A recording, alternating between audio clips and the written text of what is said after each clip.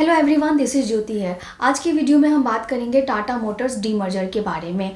अब पहले कुछ फ्यू मंथ्स बैक जब मैंने ये वीडियो बनाया था तब इनके डीमर्जर को अप्रूवल नहीं मिला था। मींस कंपनी सेबी और एक्सचेंज से एनओसी का वेट कर रही थी और अब कंपनी को अप्रूवल मिल चुका है और 1 अक्टूबर से ये डीमर्जर जो है वो एप्लीकेबल भी हो जाएगा।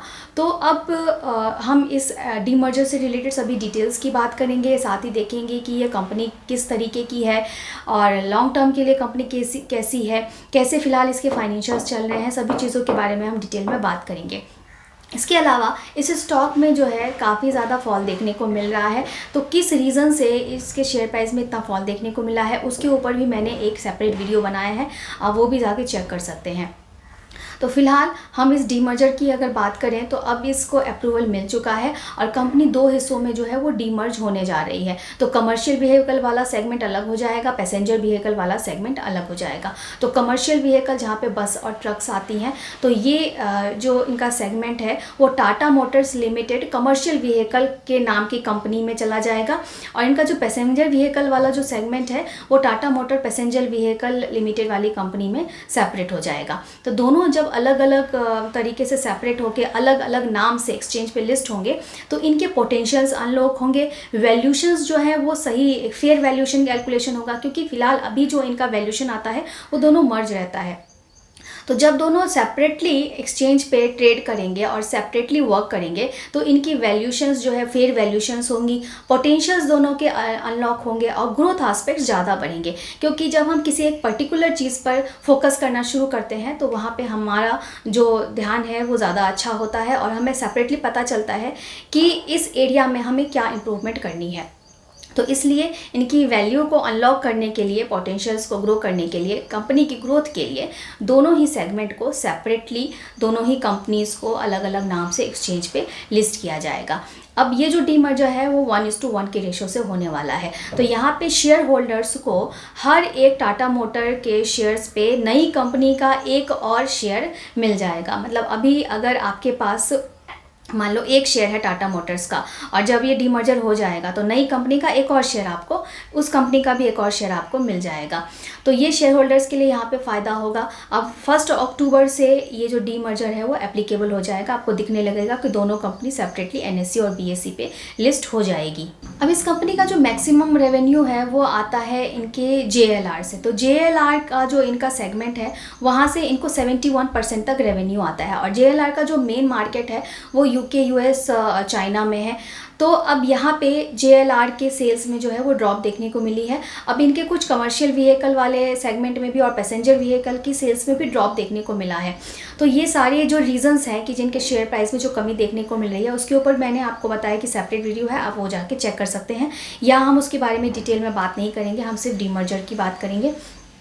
तो यहाँ पे जो इनका 71% रेवेन्यू वो है वो आता है जेएलआर से। उसके बाद ईवी सेगमेंट में भी कंपनी जो है लीडिंग कंपनी है और मार्केट शेयर उन्होंने काफ़ी कैप्चर किया हुआ है। लेकिन इनके मार्केट यहाँ पे भी ईवी सेगमेंट में भी मार्केट शेयर में जो है वो काफ़ी डाउन देखने को मिल रहा है, क्योंकि काफ़ी कॉम्पिटिशन इनको आगे देखने को मिल रहा है।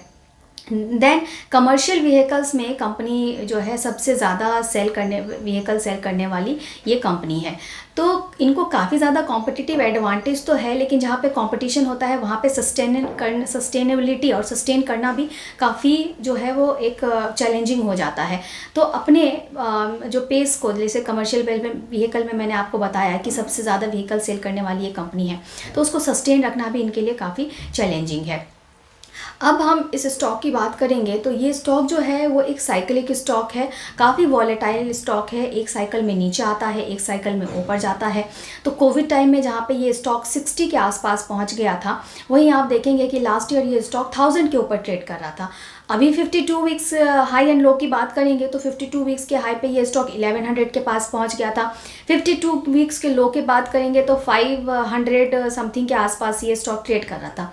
और अभी जो ये स्टॉक है तो अभी भी ये 52 वीक्स के आसपास, मतलब 600 से 700 के बीच में जो है ये स्टॉक जो है वो ट्रेड कर रहा है। तो भी बोल सकते हैं कि ऑलमोस्ट अपने 52 वीक्स के लो के आसपास ये स्टॉक जो है वो पहुंच चुका है। और इनकी प्रॉफिटेबिलिटी में भी आप देखोगे या क्वार्टरली रिजल्ट भी आप देखोगे तो नेट प्रॉफिट में आपको काफ़ी ज़्यादा वॉलेटिलिटी देखने को मिलेगी। तो इतना ज़्यादा ये वॉलेटाइल स्टॉक है, इसलिए ऐसे स्टॉक को इन्वेस्टमेंट काइंड ऑफ स्टॉक नहीं कहा जा सकता है। लेकिन अगर ट्रेडिंग पर्पज़ के लिए आप ऐसे स्टॉक को कंसिडर कर सकते हैं तो उसके लिए ये स्टॉक अच्छा है। अगर आपको टाइमिंग इन आउट की नॉलेज है, अगर आप इसको बाई करते हैं लो प्राइस पे और जैसे ये स्टॉक ऊपर चढ़ता है तो आप इसको सेल करके प्रॉफिट बुक कर लेते हैं, तो फिर ये स्टॉक आपके लिए अच्छा है। तो आपको टाइमिंग इन आउट की नॉलेज होनी चाहिए। तो ट्रेडिंग काइंड ऑफ ये स्टॉक है, ट्रेडिंग के लिए आप इसे कंसिडर कर सकते हैं। लॉन्ग टर्म के लिए ये स्टॉक एडवाइसेबल नहीं है। तो ये जो है इस डी मर्जर की कुछ डिटेल्स ही थी। अगर और भी आपको कुछ क्वेरी है इस डी मर्जर से रिलेटेड तो आप जो है मुझे कमेंट में पूछ सकते हैं। और मैंने आपको बताया था कि 1 अक्टूबर से ये डी मर्जर जो है वो आपको दिखने लगेगा। NSE BSE पे दोनों ही जो इनकी कंपनियां हैं, दोनों जो कमर्शियल व्हीकल और पैसेंजर व्हीकल वाला जो इनका सेगमेंट है वो अलग अलग नए नाम से एक्सचेंज पे लिस्ट हो जाएगा और ट्रेड करता हुआ आपको दिखेगा। तो ये सारी डिटेल्स थी। इसके अलावा हमारी कुछ सर्विसेज हैं। अगर आपको क्लासेस करना है, अगर आप शेयर मार्केट की क्लासेस करना चाहते हैं, ऑनलाइन करना चाहते हैं या फिर ऑफलाइन करना चाहते हैं, दोनों ही मोड में अवेलेबल हैं।